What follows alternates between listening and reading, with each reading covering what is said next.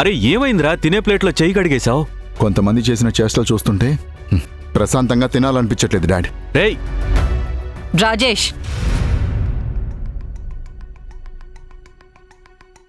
మీ అమ్మని చూస్తుంటే నీకు అసహ్యంగా ఉందా? ఇన్నేళ్లలో మీ అమ్మ ఎలాంటిదో నీకు తెలీదా? ఈ ఇంట్లో అందరూ ఒక విలన్లా చూస్తున్నారు. నేను చేసిన తప్పేంట్రా? చేసిన తప్పేంటా? చాలా అమాయకంగా అడుగుతున్నావమ్మా. నీలో ఇంత పెద్ద మహానటుందని నాకిప్పటి వరకు తెలీదు. సంధ్యని ఏడిపించి లేని నిందని వేశావు. నువ్వింత శాడిస్ట్ అనుకోలేదు. అసలు నీతో మాట్లాడాలన్నా నిన్ను చూడాలన్నా అసహ్యంగా ఉంది. నిజంగానే నేను శాడిస్టున్రా. నువ్వు, నీ భార్య, నీ పాప, ఈ కుటుంబం అందరూ హ్యాపీగా ఉండాలని ఎప్పుడు పరితపిస్తాను చూడు. నిజంగానే నేను శాడిస్టుని.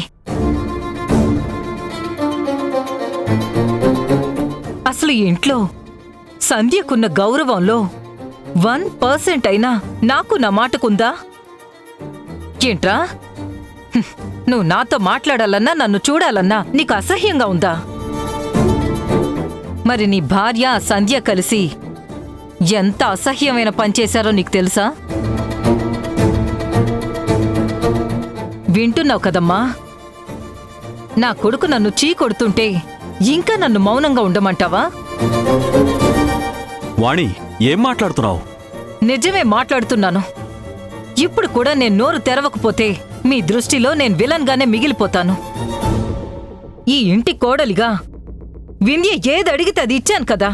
చివరికి లాకర్ కీ కూడా తన చేతుల్లోనే పెట్టాను కదా. మరి తనింట్లో దొంగతనం ఎందుకు చేయాల్సొచ్చింది?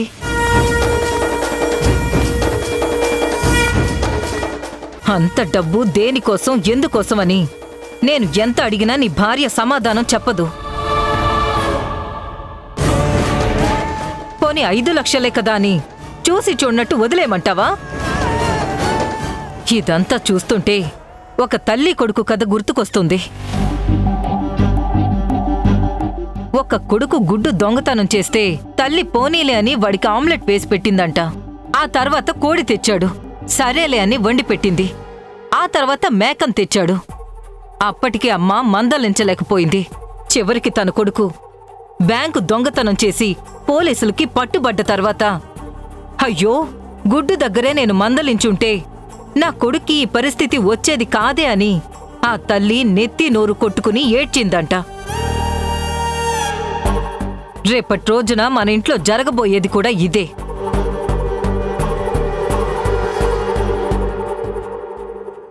నా స్థానంలో రేపు కుటుంబ భారాన్ని మోసే అమ్మాయి ఇలా దిగజారిపోతే చూస్తూ ఊరుకోవాలా?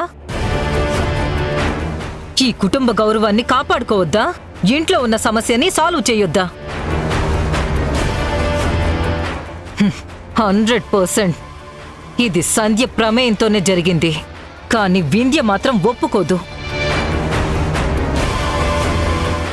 జరిగిందేంటి అంటే చెప్పదు. నాకు చెప్పకపోయినా పర్వాలేదు, కనీసం భర్తగా నీకైనా చెప్తుందేమో తెలుసుకో.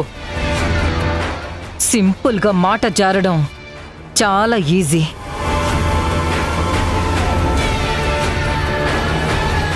అమ్మా వింధ్య, ఏంటిది? నువ్వు డబ్బు తీయటం ఏంటమ్మా?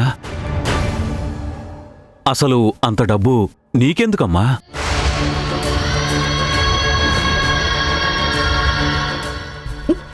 అడుగుతున్నారు కదా, సమాధానం చెప్పు. ఆ డబ్బు దేనికోసం? ఒరేయ్, ఎందుకురా అలా గట్టిగా అరుస్తున్నావు? నేను తెలుసుకుంటాను కదా, ముందు నువ్వు వెళ్ళు. ఏం జరిగిందో నాకు మొత్తం తెలియాలి నాన్న. ఎట్టి పరిస్థితుల్లో ఎందుకు ఈ పని చేసిందో నాకు మొత్తం తెలియాలి.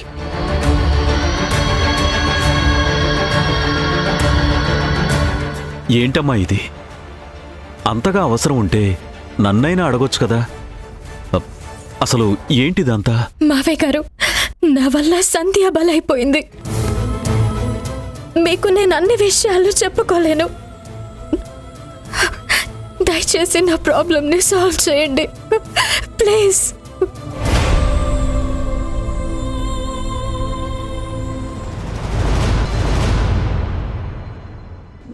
అసలు నీతో మాట్లాడాలన్నా నిన్ను చూడాలన్నా అసహ్యంగా ఉంది.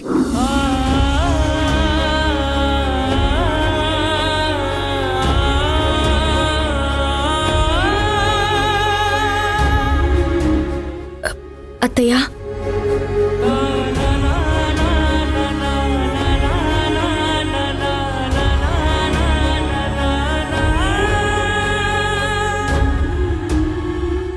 అత్తయ్య,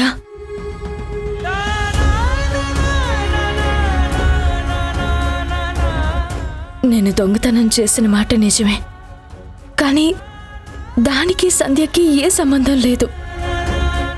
పాప కోసం మన ఇంటికొచ్చి తన సమస్యల్లో చిక్కుకోవడం, బాధపడడం నాకిష్టం లేదు. తప్పు జరిగింది నా వల్లే. మీరే శిక్ష వేయాలనుకున్నా నాకు వేయండి, నేను భరిస్తాను. కానీ మీరెలా కోపంగా ఉండొద్దు, నేను తట్టుకోలేను. ఇంకెప్పుడు ఇలాంటి పొరపాటు జరగకుండా చూసుకుంటాను. ఈ ఒక్కసారికి నన్ను క్షమించండి. వింధ్య, ఏంటమ్మా ఇది? ఈ ఇంటి కోడలంటే మర్యాదని, పరువుని తలెత్తుకునేలా చెయ్యాలి కాని ఇలా తలదించుకుని కాళ్ళు పట్టుకోకూడదు. ఈ ఇంట్లో నీకు ఏం కావాలన్నా చేసే హక్కు, అధికారం ఉన్నా కూడా దొంగచాటుగా డబ్బులు తీయడం నాకు నచ్చలేదమ్మా. అవసరం కొద్దీ ఏదడిగినా కాదనేవాళ్ళు ఈ ఇంట్లో ఎవ్వరూ లేరు. అయినా కూడా కారణం చెప్పకపోవడం వల్లే నాకు కోపం వచ్చింది. కోడలిగా ఈ ఇంటికొచ్చిన రోజే ఏం చెప్పానో గుర్తుంది కదా? నిన్ను కూతుర్లా చూసుకుంటానని. అమ్మగా నీకే సమస్య రాకూడదనే నా తాపత్రయం తప్ప ఇంకే ద్వేషం లేదమ్మా.